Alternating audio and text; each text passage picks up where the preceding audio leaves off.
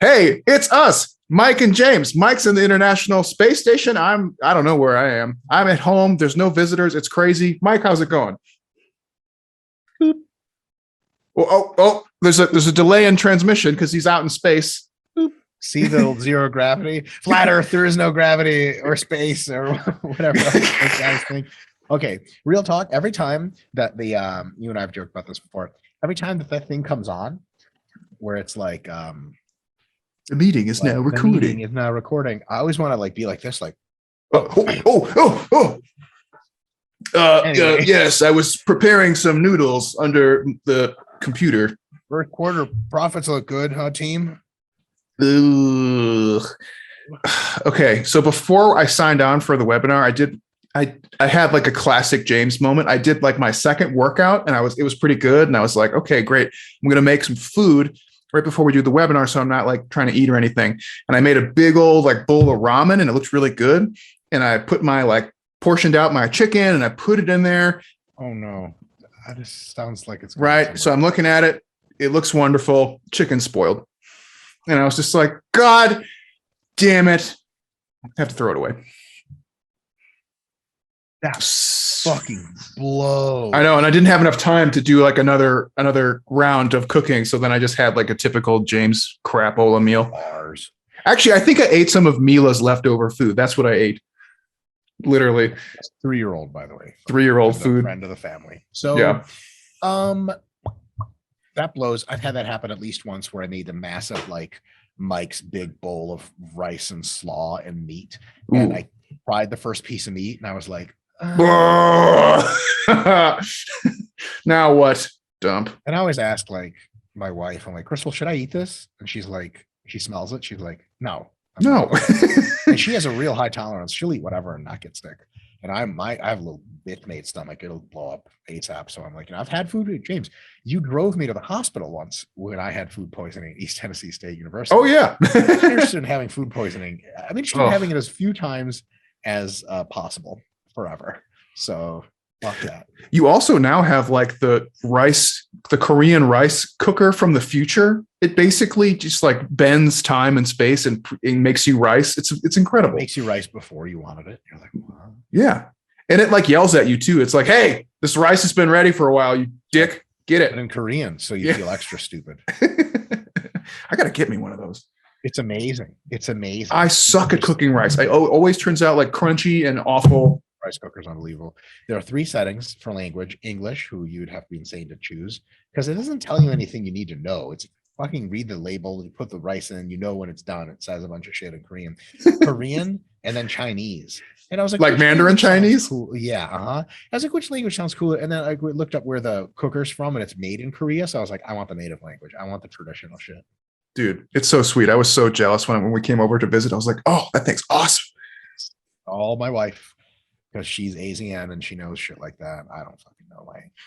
Charlie looked down upon me for not knowing of its existence, of course. Oh, I know exactly, Charlie. You really? You don't know what rice cookers? Really? Oh my god, really?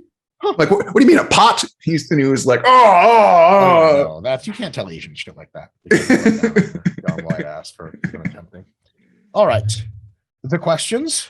Le question. The questions. Our first question is from Henrik Anderson, our favorite. This was a hearty 50 upvotes. That's a lot of upvotes. People are getting the message about the upvotes. All right. Well, it's an interesting one too. Yeah. Hormone regulation, including testosterone production and other aspects of overall health, is highly dependent on fat intake. Not highly, but yes, somewhat.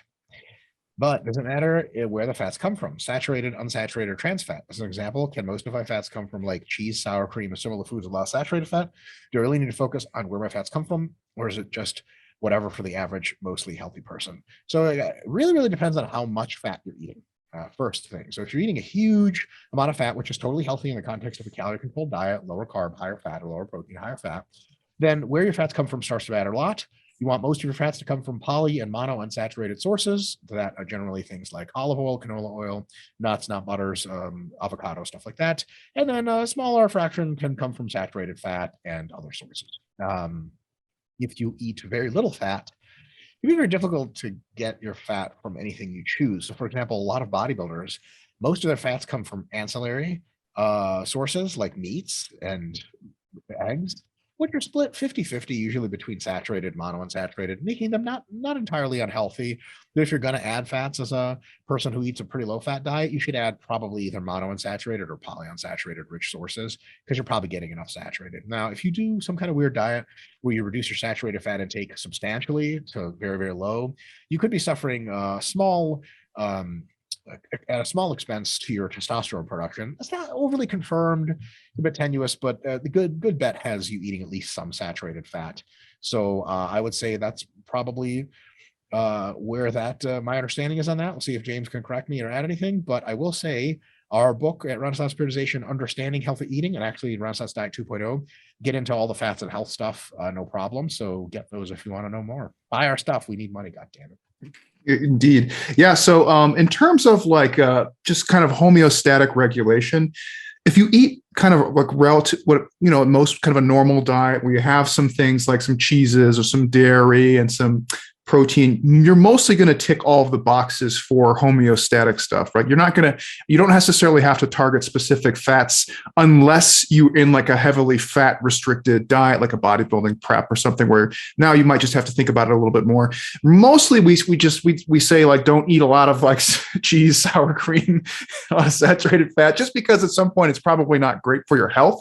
And even then, if you maintain a healthy body weight, body comp, and you're a very active person, does it matter a whole lot?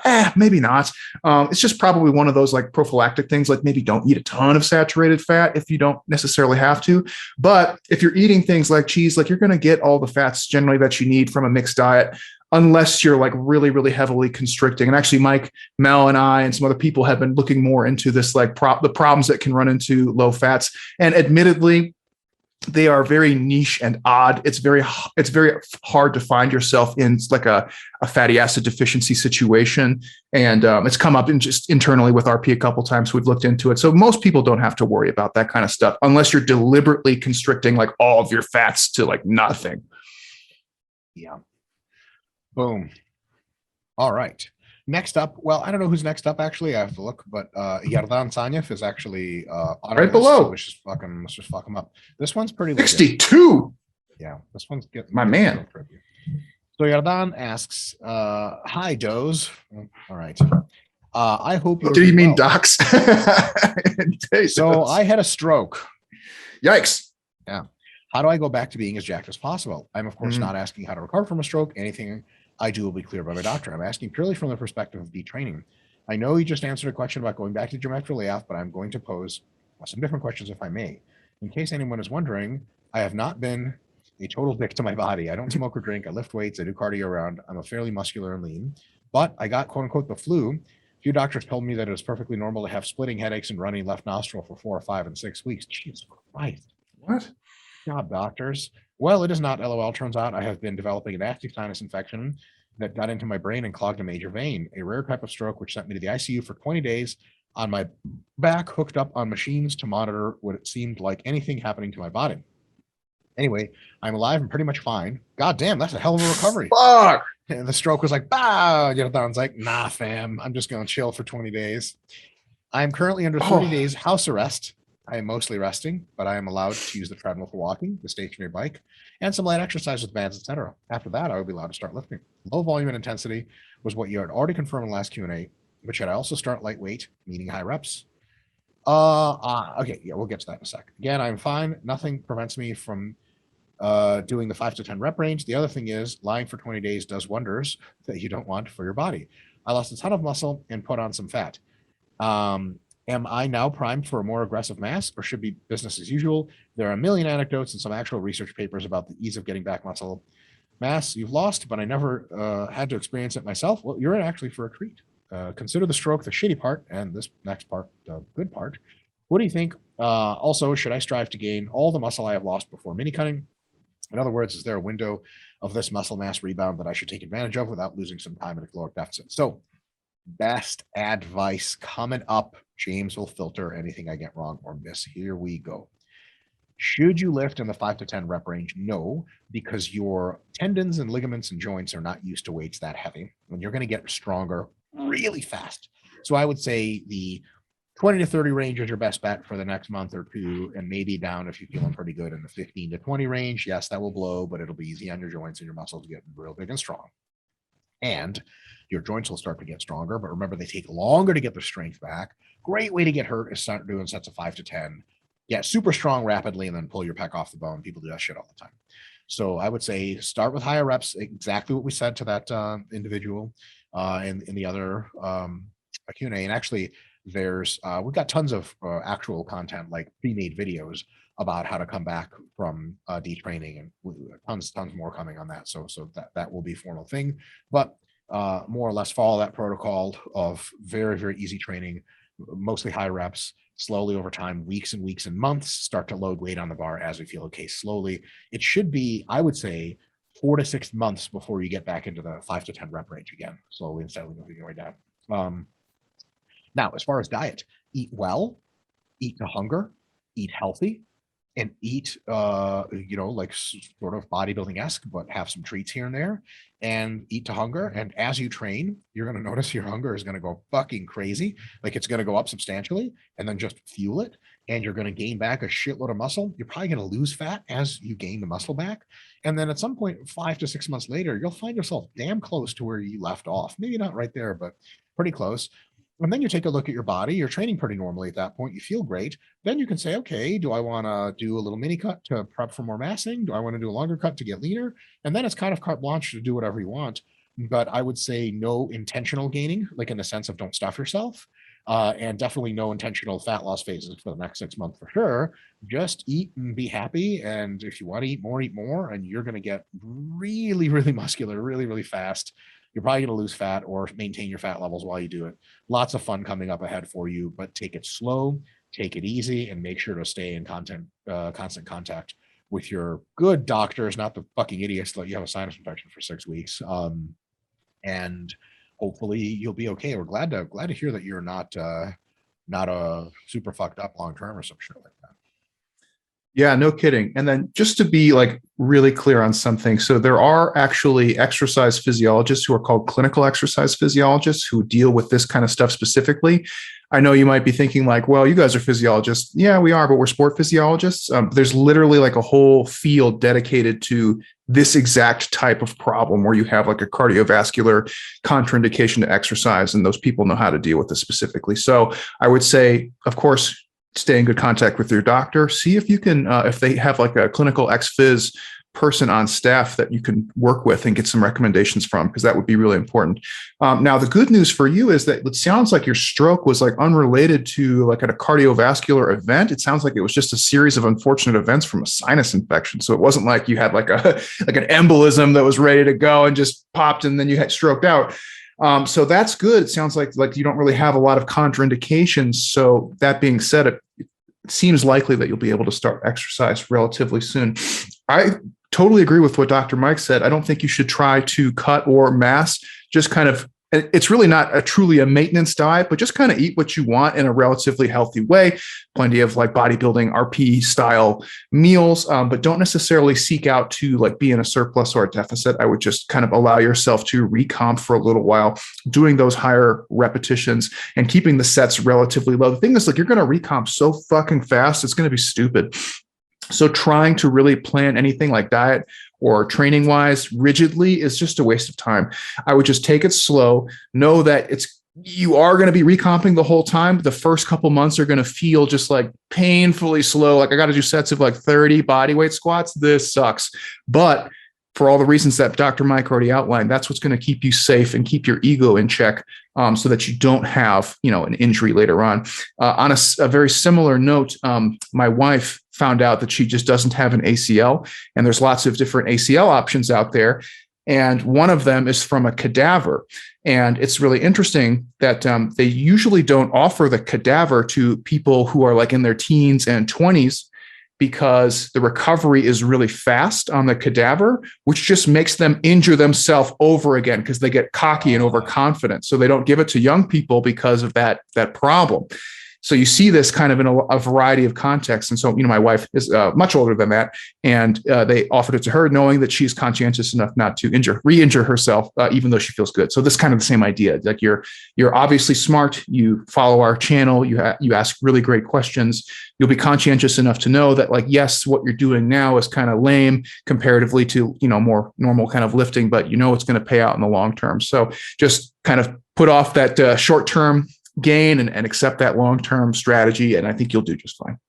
Yeah. Lastly, something you can focus on over the last several or the next few months is really enhancing your technique and mind muscle connection. Since you can't fucking train heavy anyway, Yeah, definitely. now's a great time to do that. So when you come back to your heavy training, your technique and mind muscle connection will be so much better that you're going to get more out of it, and you'll be more jacked than ever. For sure. Next up, Ali Al-Momin.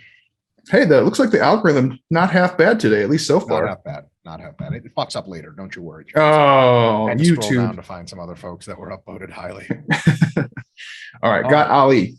I like that video to the right. It says, "What does good genetics mean?" And it's just like Jared Feather. The answer is Jared Feather. It's him. It's him. Enough said. All right, Ali. So I just saw the other one. Glute and hamstring destruction. Yeah, Scott, the video guy, names the.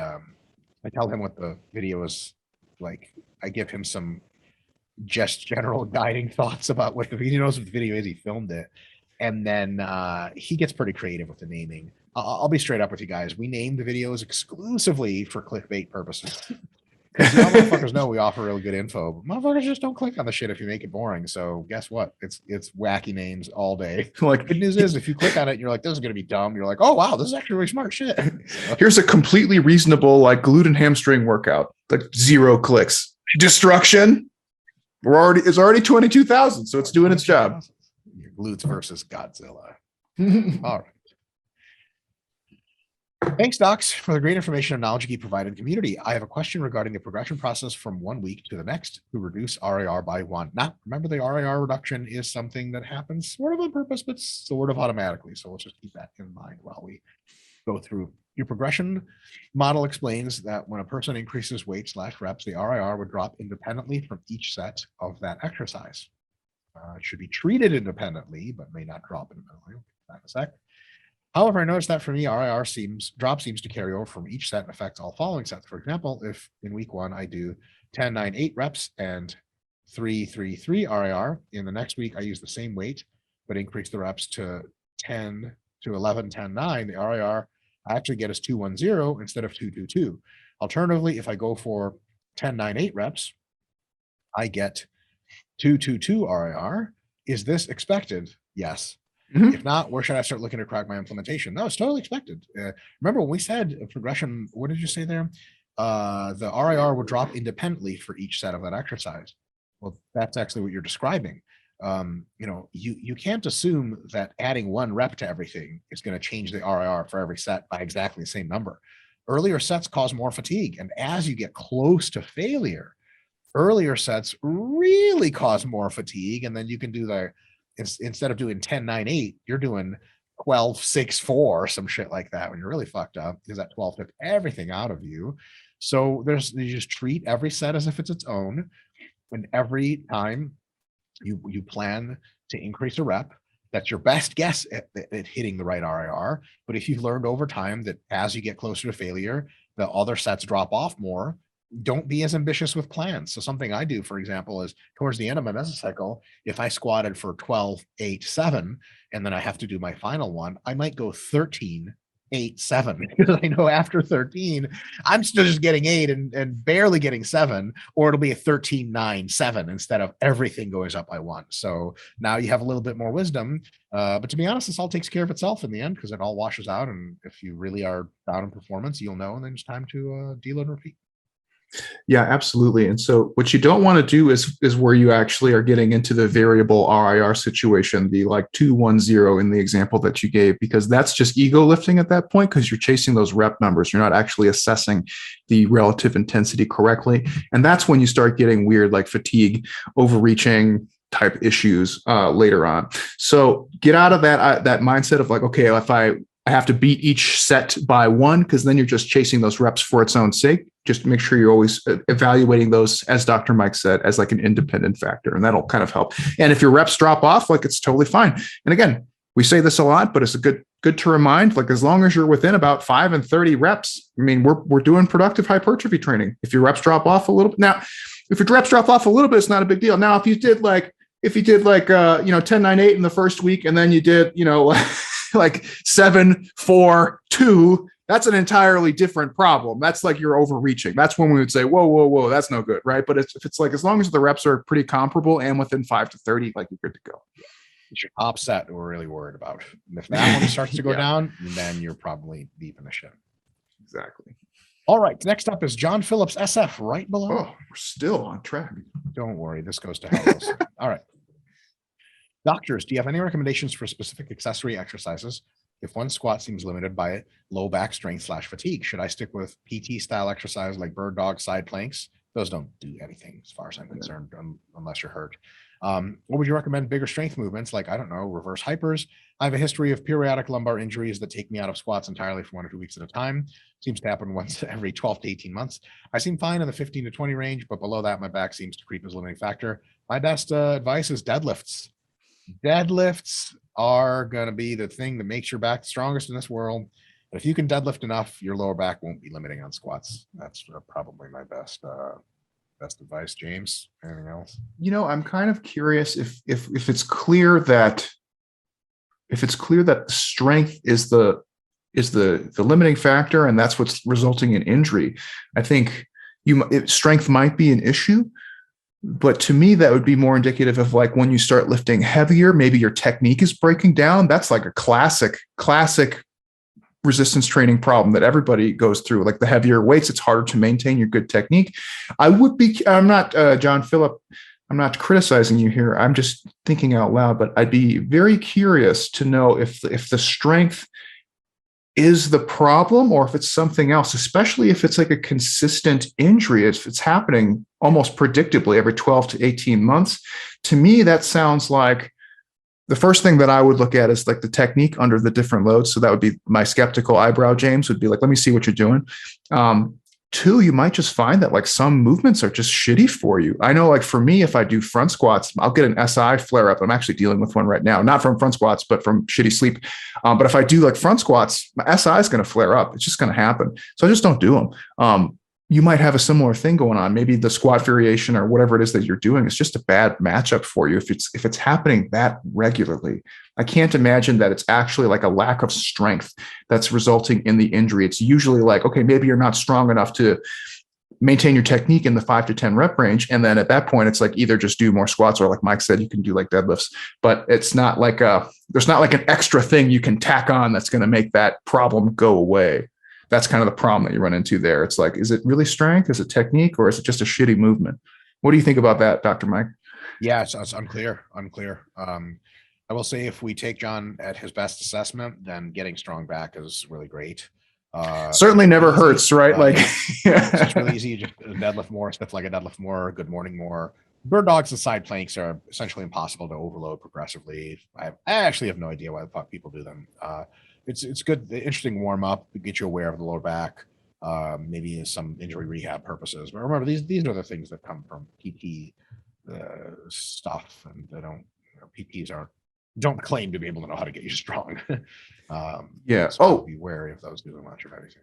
And John, too, what you could also consider doing is squat variations that inherently cause you to use lighter loads and kind of compare and contrast. So like, for example, you could do extra heel elevated, paused close stance squats and see what happens there. Because if it's that will kind of help eliminate if it's a load versus a mechanical issue, because the load that you use on that compared to just doing a normal high bar squat without a pause will be like a fraction. It'll be like 60% of your working weight on that. That would be like an interesting comparison you could do, and using variations which are inherently lighter.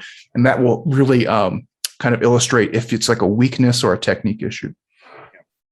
James, I see that link right there. Rhino calf plays with Zookeeper. Oh, look at he's bouncing. 3 years later, Rhino teen plays with Zookeeper. 1 week later, Zookeeper position open. Oh my God.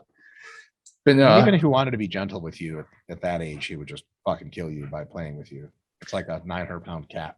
Dude, speaking of deadly animals, our friend Alex was in town visiting. He was here for like 3 days. He saw 2 bears in 3 days. I've seen 0. I feel Dude, ripped off. we were hanging out here. There was one in my backyard, and then we went up to a lake and we were driving, and a baby bear just like popped out on the road and was just like bumbling around. I was like, Al, you made the most out of this trip. This was great.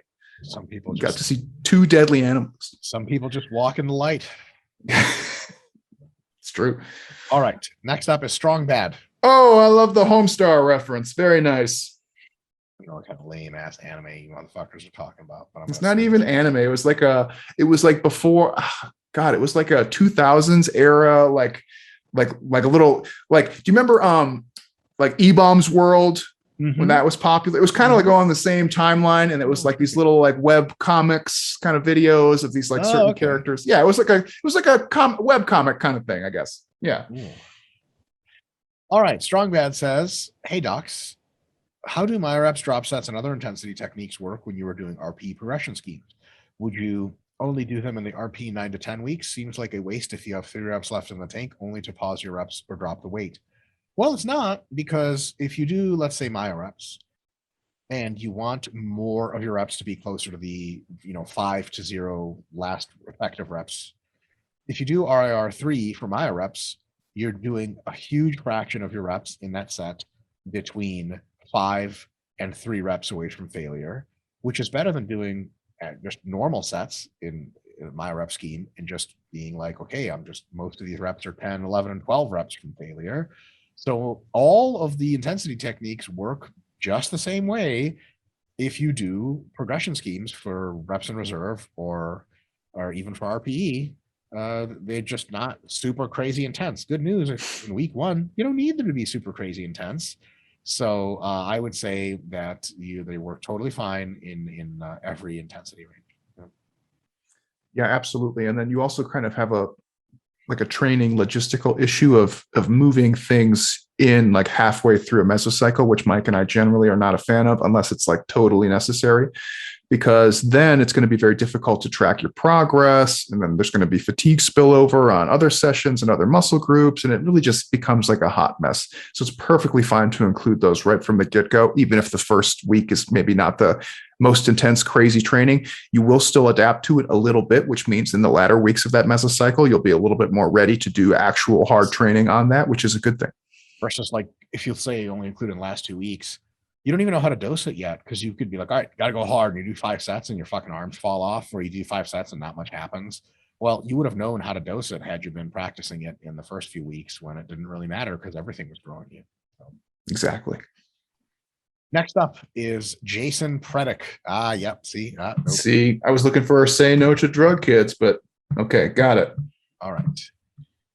He says, "Hi docs, how would you go about assessing performance on the first set of an exercise? Would you recommend when I feel like my second set is just as good? I'm warming up thoroughly, but it seems like the first step for most muscle groups is like a wake up set that my body isn't ready for, so I can usually match or even slightly better my performance in the second set. Thanks." So I would just use the average of both sets. That's probably my best bet. So just add the 2 reps together, add the 2 reps together from the other week, and see which one adds up to more. I would say that's probably your best bet.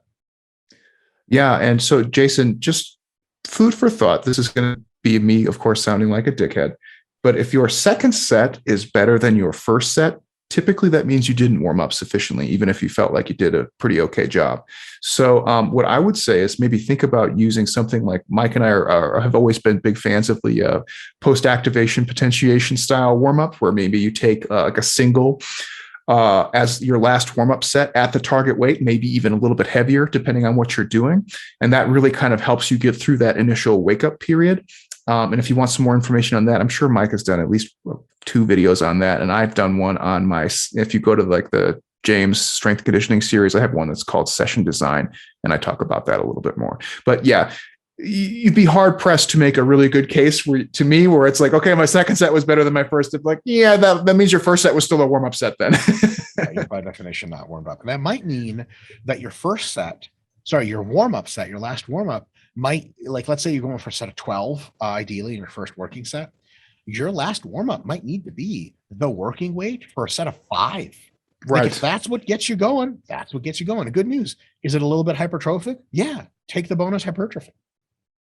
Yeah, for sure. And it's something that just is like a little trial and error. You might find that like some movements, you maybe just take a single. Others, you might only take like a more, if let's say you were working up to like maybe 275 pounds for some squats, you might find that, yeah, you do your last warm up set at 225 and you're good to go. Other people might actually need to take a couple, like 1 or 2 at 275. Some people might have their, or exactly, or go up even heavier, and that now it actually feels light and ready to go. So each exercise and movement might be a little bit different for you, and it's just fun to play around with. I know for me, I usually have, for my leg training, I got to take a heavy one to feel really good. For my upper body training, like I can kind of hop in, usually not a huge deal either way. All right, next up is Vasil. Vasil, got him.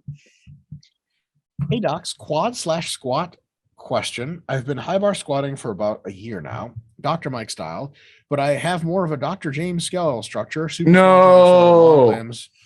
Having that said, you're fucked. I have a 90-pound gap between my deadlift and squat 10RM. That's not, by the way, a big deal, but it also doesn't imply anything. Just extending arm length, like explains that entire thing actually. I do slow eccentrics hypertrophy deadlifts. My legs don't look bad/weak, but they're also not the limiting factor in my squat. Neither is cardio. I have a mid to top range sticking point, and I don't know WTH is happening with the movement. If my quads look all right, my deadlift is super strong compared to my squat, and my cardio is not limiting me, then what gives? The quads simply do not feel like the limiting factor. To PS, I'm incorporating squatting again, because unfortunately Dutch gyms are equipped with to the gills with techno gym equipment. Oh no! Oh, this is such a bad post. I feel do you live in hell? You have my anthropometry and you have to use techno gym equipment? And their leg press is atrocious. That stinks. What I would say is you don't need the squat to be super crazy limiting to get good growth in the quads. You can also do things like Bulgarian split squats and narrow stance walking lunges to get really good extra quad hypertrophy without any lower back limitations. So there are some other exercises you can do. In addition, you can at least try to rig with a cable some belt squats. That's always a thing that you can do. Mamma mia. Or with a dip belt and some stands. So give that a shot. But other than that, I mean, look, if your back isn't weak, then maybe just that's how you fail. You got to fail at some point. And maybe, if your torso really is small, it makes sense that your deadlift is big, but that might not be because you have a very strong back.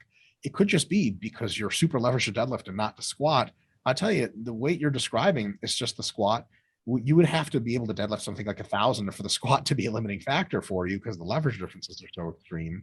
And that might mean that you just need to do some other exercises and put squatting later in your sessions so that the quads are more a limiting factor. And, I've been to the Netherlands a whole bunch. You can go out of your way once a week to find a pretty decent gym. You just have to do a little bit of research as to where the best gyms are.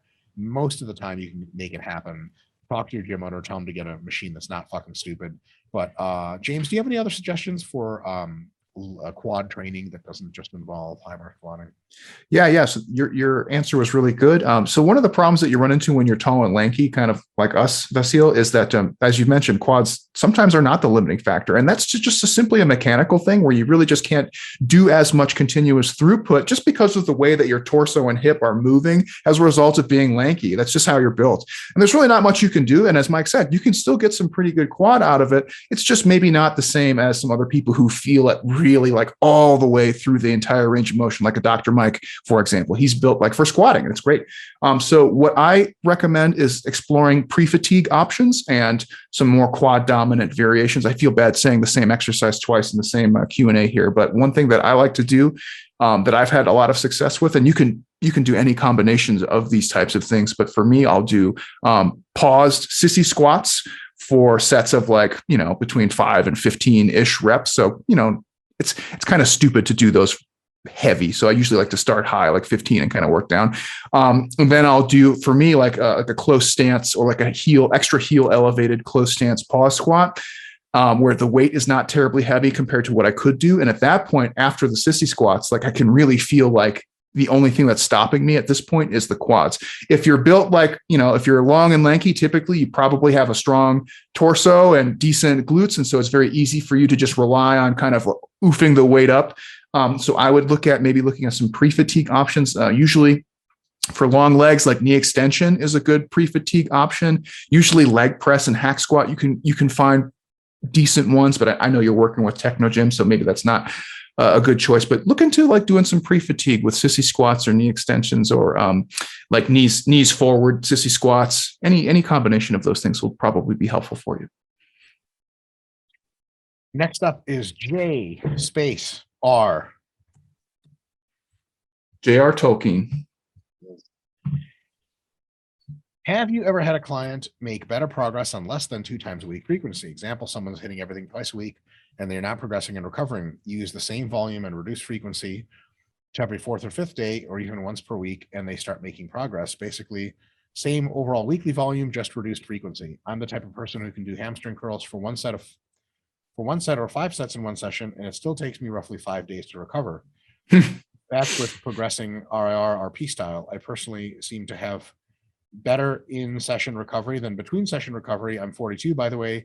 I do upper lower twice a week, but I definitely feel better on an upper lower upper 1 week, and the next week lower upper lower. I have good sleep, low stress, sitting job, 5 to 8K steps a day, and do the low stimulus to fatigue exercises. Hopefully highest stimulus to fatigue exercise I possibly can. Thoughts, examples, like I just do rack deadlifts with no straps. Thoughts, examples, thanks in advance. You legends, thank you so much. JR, I've actually, the answer to this question is yes, but only with a few lifts like deadlifts. For most people, the answer is no. The twice a week works much better. But I'll tell you this, if you've tried it a couple times and you're really isolated all the variables and you go back and forth, then I think you need to go and do what works best. That's your truth, as they say. Yeah, absolutely. I same with Mike here. I haven't really had anyone except for people who were like really fucking strong, and it was like on a kind of like a main lift, like a bench squat or a deadlift, usually deadlift. I have had people with that problem with benching, but they were like big benchers. So yeah, you might actually find that like an asymmetrical kind of schedule might work better for you in this case, where you are not necessarily sticking to like a 7-day week plan, but maybe like an 8-day or 9-day plan, more or less, just to allot for those recovery timelines. And if that works for you, that's great. It's going to be more of a pain in the ass to manage, but at the same time, there's nothing wrong with it. Next up, to quote the devil in South Park, is Chris. Yes. Hey, Chris. Did you see South Park? Well, I guess the Trey Parker and Matt Stone were in the news because they bought Casa Bonita in Denver. No fucking way. Yeah, apparently that was, I don't know if it was they were hurting because of COVID or they just wanted to sell it, but for whatever reason they got it. They got it. Sweet. That set me back a little bit. I was like, oh, I remember that episode. Yeah. And apparently it's a real place. Stuff from the real world. I didn't know that was a real place. I thought it was just some bullshit that they made up. Yeah, I thought that was funny. All right.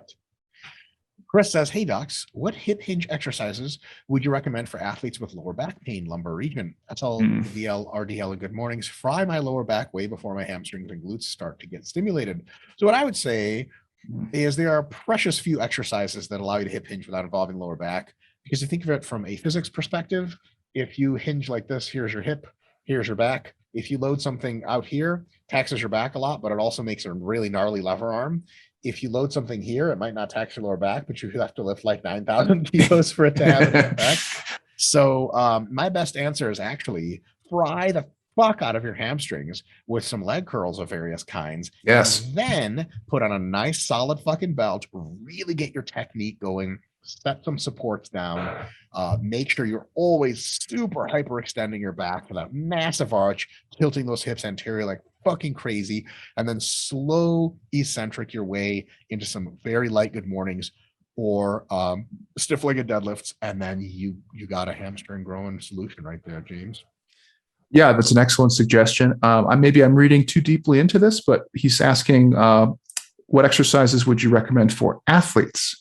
And so to me, that begs, no, I think you were totally on point with what you said, but I'm also wondering you could make a case that your athletes don't necessarily have to do hip hinges. You could also get by with all sorts of other training movements. It certainly is a good one for your hamstrings and for your hips. But if it's a consistent problem, you could also make a case to say that you could work around just not doing it. That would be totally fine. Yeah. For athletes that need like speed, mobility and stuff, I would say that 45-degree back raises, glute 45-degree back raise, Nordic curls, they tend to have some hip hinging component and they work pretty well. But none of those are what you'd really call like a fucking hardcore hip hinge. And like James said, maybe hardcore hip hinging isn't really, like, do soccer players need like lower backs of steel? Like, probably not. Yeah. And you're going to get a lot of that just through like your running, sprinting, jumping type activities too. So it's kind of like, it's an easy workaround if it's for athletes. But I think if you're talking about like hypertrophy training, then go back to Dr. Mike's first answer with the pre-fatigue is a very good strategy. And like, you can do that same thing with like a 45-degree back raise too, and just kind of take it slow and light and figure out like what loads you can work with and what tempos and mind muscle connection. And that might be a kind of a good build up to something like a good morning or something later on. Once you've had months mesos of pain-free training doing that hip hinging movement, right? That's the key. It's like, okay, you've gotten into a groove with something like maybe a 45-degree and no pain. You've increased the load, no pain. You've been going for a while. Okay, maybe we entertain doing some pre-fatigued good mornings and see how that goes, right? Pain-free though. Last on our docket is Jeremy Bata. Jeremy. Got it. There can only be one. All right. Jeremy's question is interesting. He asks, is there a place in the RP training system / methods for the heavier hardcore training style that many pros, such as Dorian Yates, attribute their graininess to? Yeah. So I'll put this in a very charitable, very critical thinking, scientific sort of light.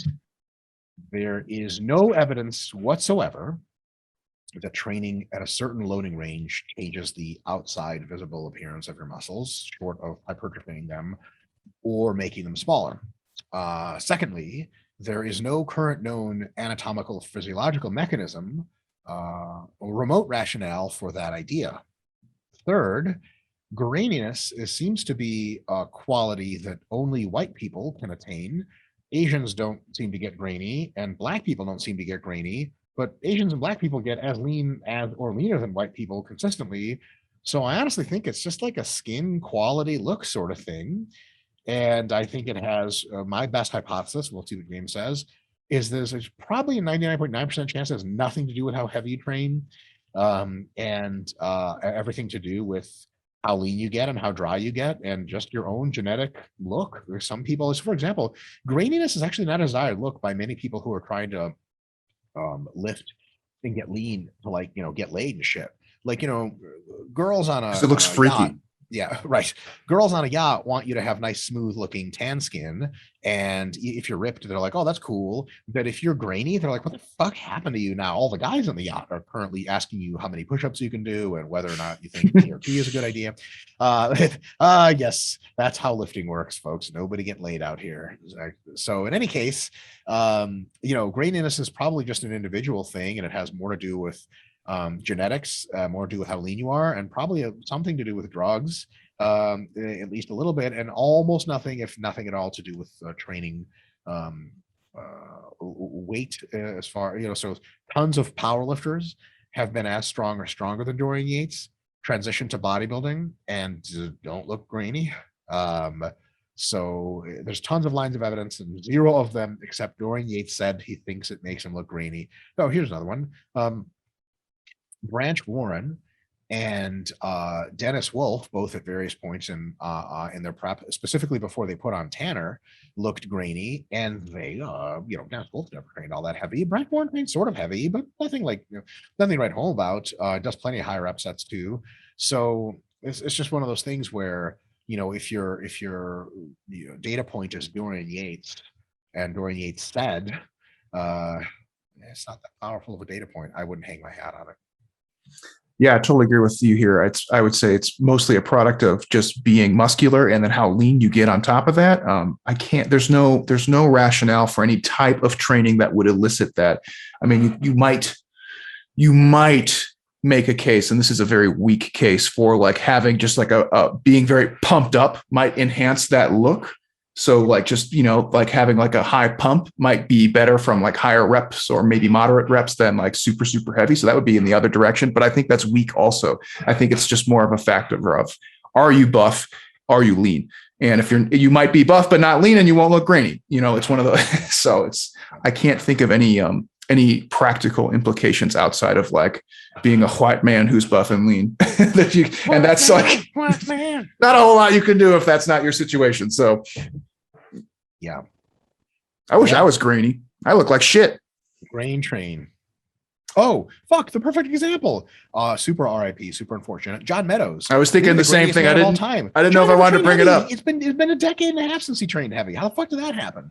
Like if there's at least one counterexample, you got to start wondering. And if there's only one example and one counterexample, that is at best is a 50-50 chance graininess has dick to do with how heavy you train, because it has no rationale, because there's not even a mechanism proposed. Like here's another problem. What the fuck is graininess? Has anyone ever bothered to define graininess such that a group of bodybuilding enthusiasts can even go through 100 photos and agree on who the grainiest people were? And then has it ever been defined such that, okay, now that we know those people, we call them into laboratory, we examine the skin of other equally lean people, and then we try to look for, it's like a dermatologist can explain to you why your skin looks a certain way. Like, well, you have these little veins everywhere, or little pock marks. What is actual graininess? Most people just have never even bothered to think about what it is. So I don't even know what we're shooting for. You know what I mean? Like all that stuff. Like Dorian looked a cool way, the way that Dorian looked, and there's probably not dick you can do about it, short of getting his genetics, training super hard, and getting super fucking lean. And then maybe you got it, maybe you don't. Maybe you just look super cool and lean and slick, and maybe you look grainy, and it's probably not up to you. Do you know who's not very grainy? Brazilian/Indian Synthol man. Brazilian Synthol man, formerly known as Indian Synthol man. No grain there amongst insects, just perfectly round and smooth. So there was a gentleman. James, can you share a screen and Google this man? So what happened? Yeah. So we don't just sound like assholes. Yeah. So he looked Indian to us, so we named him Indian Synthol man, and so did a lot of other people. But it turns out, should I try Brazilian? Just go to Google, not YouTube. Okay. If there's a video, great. But yeah, Brazilian Synthol man, Brazil. He'll come up. There's no way we're dodging him. Although there he is. My man, there he is.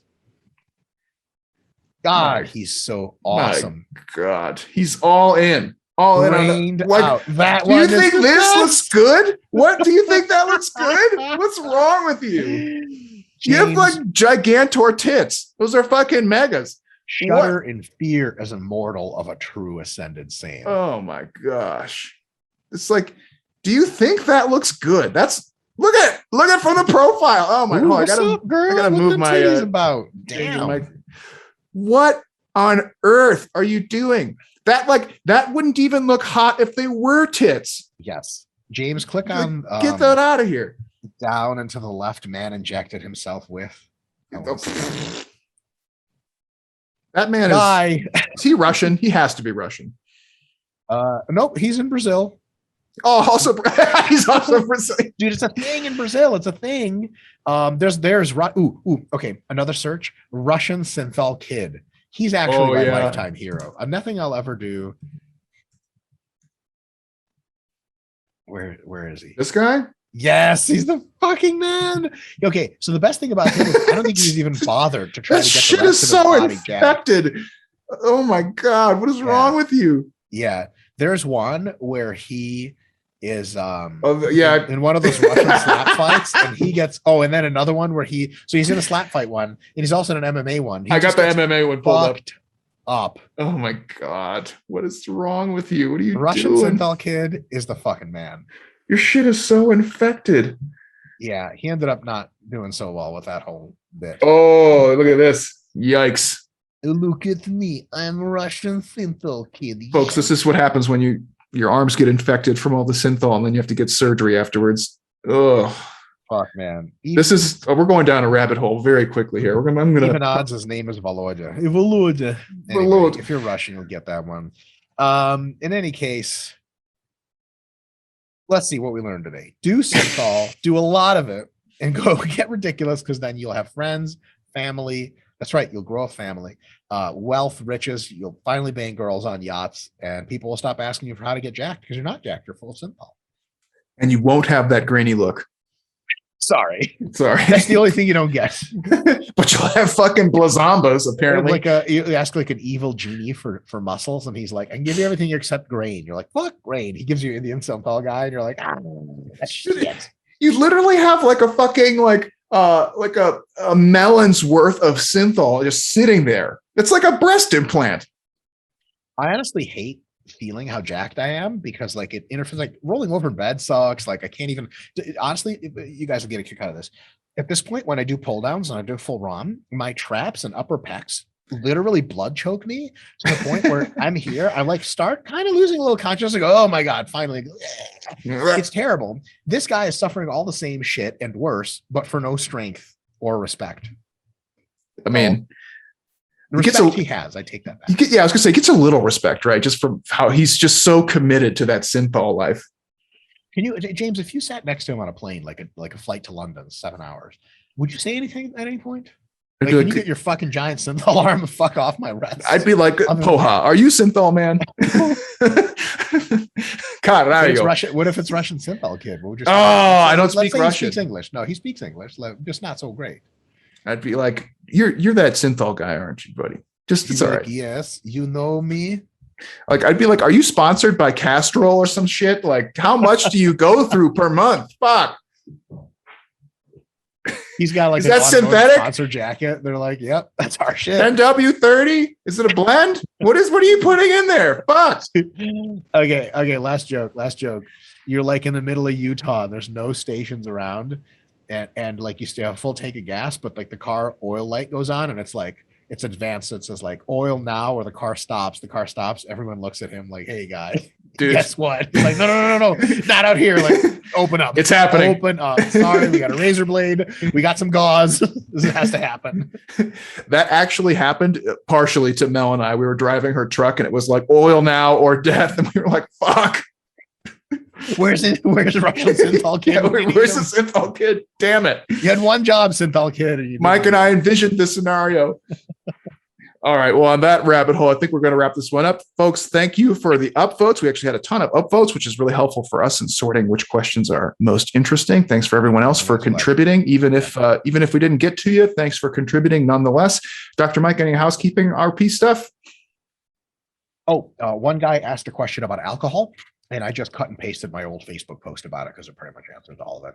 Like you and I get into some rehashing, and at some point I can't do the rehashing anymore. I know you can't either. So I was like, hey, check this out. I was like, I made a Facebook post like maybe 7 years ago, like on the basics of alcohol and lifting. And it was like, it's just one of those posts, like it hits all the main points, and I just copied and pasted from the RP account. So like, I hope that's a decent answer. I don't mean to just fuck you off, but at some point I'll make another video. I'll make a YouTube video about alcohol and lifting. I'm sure it'll get a million fucking views. But, I can't wait to see the title on that one. You a drug addict? Yeah. So. Get fucked up with Dr. Mike. I'm not going to say anything else. I'll tell you something off camera. Okay. I have a bunch of projects that I'm working on, but I don't know if I can talk about any of them. So just always more RP stuff in the works. Folks, stay tuned. Until next time, we'll see you.